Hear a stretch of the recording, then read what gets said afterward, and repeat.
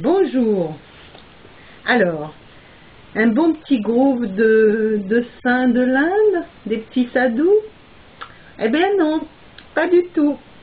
Parce qu'avec leur petite mine patibulaire, là, qu'est-ce qu'ils cachent? Eh bien, ils cachent, je vais vous lire un texte, parce qu'en fait, ce sont des thugs. Alors, les thugs.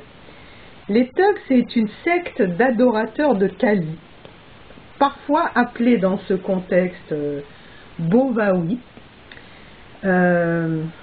active en Inde du XVIIIe au XIXe siècle. La secte serait apparue sous le règne de Jalal-ud-Din Khalji. Le sultan de Delhi les aurait combattus et aurait déporté 1 millier de ces thugs à Gore et au Bengale, où la secte aurait continué ses exactions de façon discrète, ainsi qu'en Orissa, puis aurait retrouvé une visibilité comme force occulte anticoloniale. On les appelait parfois pansigar, c'est-à-dire utilisateurs de nœuds coulants, un terme plutôt utilisé dans le sud de l'Inde. On pense qu'il s'agissait d'un culte héréditaire dont les sectateurs étaient aussi bien musulmans qu'hindous et qui pratiquaient le vol et le meurtre par étranglement à grande échelle sur les voyageurs. L'appartenance à la secte se passait de père en fils, les femmes des familles ignorant tout de l'activité des hommes. Le mythe fondateur, la déesse Kali, vénérée par les thugs. Dans les premiers âges du monde, un démon gigantesque infestait la terre, détruisant l'humanité au fur et à mesure de sa création. Kali décida alors de le tuer pour sauver l'humanité de l'anéantissement. Elle se munit d'une immense épée, se rendit au devant du monstre et le découpa en morceaux. Mais aussitôt que le sang touchait le sol, de chaque goutte naissait un nouveau démon, aussi terrible que le premier. Tandis que la transpiration coulait sur son corps, elle réalisa que tous ses efforts étaient vains et qu'elle serait bientôt trop faible pour abattre les hordes qui se levaient à la suite de chaque coup d'épée. Elle réfléchit alors à une autre méthode pour exterminer le démon, puis, avec sa sœur mélangée à la terre, elle fabriqua 2 hommes qu'elle chargea de la sainte tâche de délivrer la terre des monstres. À chacun des hommes, elle donna un morceau de son vêtement, puis leur enseigna comment tuer sans effusion de sang. Grâce à l'action des thugs fondateurs, devenus des étrangleurs experts, la terre fut bientôt délivrée de la race des démons. Bon, alors, les thugs formaient une confrérie bien organisée d'assassins professionnels qui, par groupe de 10 à 40, plus rarement de 100, parcouraient l'Inde sous le costume d'honnêtes voyageurs et obtenaient la confiance des voyageurs des classes les plus aisées. Ils s'interdisaient de sacrifier certains de leurs contemporains, comme ces gentils, dont le meurtre ne satisfaisait pas Kali. Parmi ceux-ci, on trouvait des femmes, des blessés, infirmes ou lépreux, les artistes tels que les danseurs, les poètes ou les musiciens, les saints hommes itinérants comme les sadhus ou les fakirs. Fakir, c'est l'équivalent musulman des sadhus. Et les pauvres gens aussi, qui étaient épargnés, souvent de basse caste, comme les blanchisseurs, balayeurs, forgerons, charpentiers et les presseurs d'huile. Les Sikhs étaient aussi, semble-t-il, tabous. Les enfants présents dans les caravanes attaquées devaient être adoptés par les thugs et intégrés dans leur secte. Les croyances des thugs étaient un étrange mélange, mais ce ne fut pas le seul en Inde. Ils se recrutaient parmi les croyants des 2 religions, hindouisme et islam. Cependant, qu'ils soient musulmans ou hindous, ils rendaient un culte fervent et sans influence islamique à Kali. L'assassinat en vue d'un profit était pour eux un devoir religieux et était considéré comme une profession sainte et honorable dans laquelle aucune considération morale n'entrait en jeu. La fraternité des thugs utilisait une sorte d'argot appelé ramassis, ramassis d'ordures, ainsi qu'un ensemble de signes par lesquels ses membres se reconnaissaient, même s'ils étaient originaires de régions très distantes de l'Inde. Ceux à qui l'âge ou les infirmités ne permettaient plus de prendre une partie active dans le meurtre rituel continuaient à participer comme observateurs ou espions. Cependant, du fait de leur organisation élaborée, du secret entretenu et de la sécurité assurée autour de leurs opérations, et du prétexte religieux dans lequel ils enveloppaient leurs exactions, ils n'étaient pas identifiés comme des criminels et continuèrent durant des siècles à pratiquer leur métier d'assassin sans susciter d'enquête de la part des rajas ou des nawabs. Alors dans la hiérarchie, il y avait les éclaireurs, les ensevelisseurs. Alors ils ensevelissaient leurs victimes dépecées et éviscérées afin que leur chair se décompose plus rapidement et ne puisse attirer les charognards.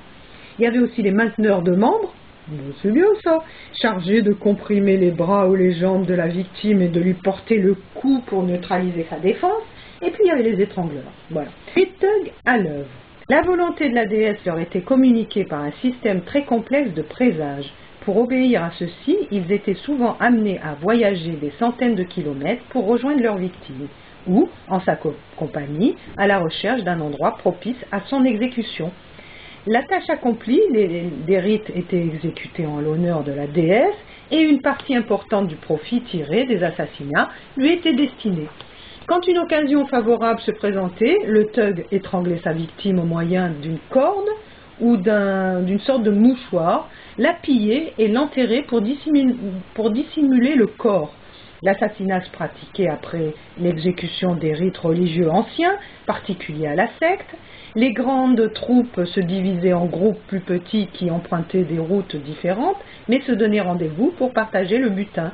Ils ne se cantonnaient pas aux voyageurs isolés, n'hésitant pas à piller des caravanes d'une cinquantaine de personnes, ne laissant personne en réchapper. Les thugs, à l'image de la société indienne, partagés en varnas, étaient spécialisés dans certaines tâches aussi. Certains d'entre eux préparaient souvent les tombes par avance sur la route des caravanes pour que l'action soit la plus brève possible. Le capitaine William James Lyman, un officier anglais fortement impliqué dans la lutte contre les thugs, fit ainsi état d'un groupe de 52 hommes et 7 femmes simultanément étranglés et jetés dans des tombes préparées pour eux le matin même. Certains de ces voyageurs étaient à cheval et bien armés, mais les thugs, qui semblaient avoir été plus de 200, s'étaient prémunis contre tout risque d'échec. Slimane rend compte de certaines discussions entre thugs prisonniers qui attribuaient leur infortune d'être capturés à une punition de Kali pour la dégénérescence de leurs pratiques, en particulier le meurtre d'estropiés, de femmes ou d'enfants. Selon le livre Guinness des records, les thugs auraient été responsables de la mort de 2 millions de personnes. Alors, la fin des thugs.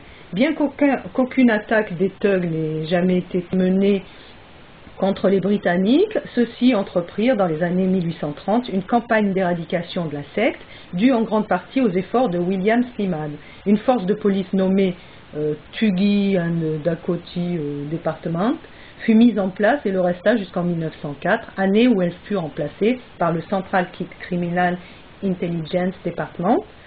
Jusqu'en 1826, la lutte entre les thugs n'est pas très énergique, puis cette même année, les Britanniques semblent brusquement habités de la détermination d'en finir avec eux. De 1826 à 1855, dans les diverses présidences de l'Inde, 1562 personnes sont accusées d'être des tueurs membres de la secte. Parmi celles-ci, 328 sont pendues, 999 déportés, 77 emprisonnés, 71 enfermés pour des périodes courtes, 31 meurent en prison avant de passer devant le juge, 11 s'échappent et seulement 21 sont acquittés. Voilà. Durant toute la période d'éradication, Slimane procéda à quelques 3000 arrestations. Démystification et héritage. L'histoire des thugs a été popularisée par des livres tels que le roman Confession d'un thug de Philip Meadows Taylor en 1839. Le mot thug entrant d'ailleurs à sa suite dans le vocabulaire anglais comme un synonyme de gangster. Il faut cependant garder à l'esprit qu'il ne s'agit pas d'un ouvrage documentaire, mais d'une œuvre de littérature à replacer dans son contexte.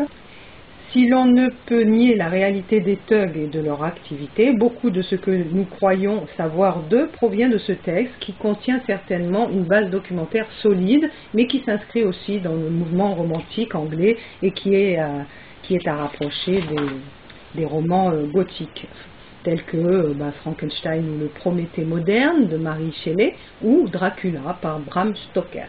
La population indienne qui en était la victime participa volontairement à la lutte contre les thugs. Une ville de l'état de Madhya Pradesh commémore par son nom Slimanabad la mémoire de Slimane. Cependant, la perception contemporaine des thugs reste assez partagée en Inde. Certains y voient une organisation apparentée à Robin des Bois et ses compagnons, la redistribution aux pauvres en moins, D'autres y voient plutôt une structure opérationnelle proche de la mafia. Sa disparition au milieu du XIXe siècle ne permet pas de trancher entre ces différentes approches. Dans le roman pseudo-historique de Jo Soares, L'homme qui tua Getúlio Vargas, un nain hindou, factotum de Mata Hari, est présenté comme le dernier descendant des Thugs, une poignée de ses aïeux ayant réussi à échapper aux Britanniques et à se réfugier à Java. Les deux descriptions les plus populaires du culte Thug au cinéma se trouvent dans le film Gunjadin de 1936 et dans Indiana Jones et le Temple maudit de 1984. Les deux films montrent le héros luttant contre une résurgence secrète du culte.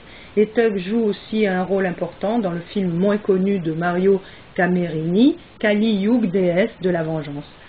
Plus tard, un groupe de musique se forma et leur fit honneur en prenant le nom de Thug Life.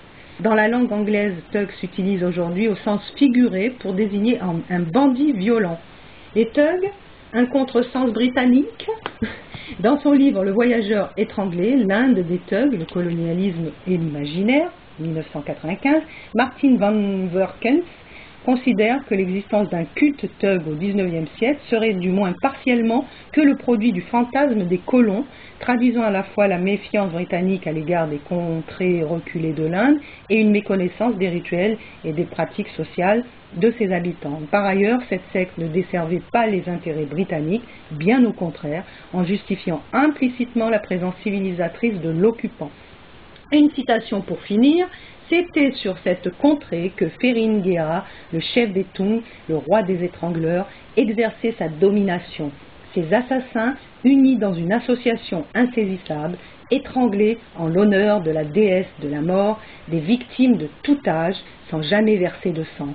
Et il fut un temps où l'on ne pouvait fouiller un endroit quelconque de ce sol sans y trouver un cadavre. Jules Verne, Le tour du monde en 80 jours. Voilà.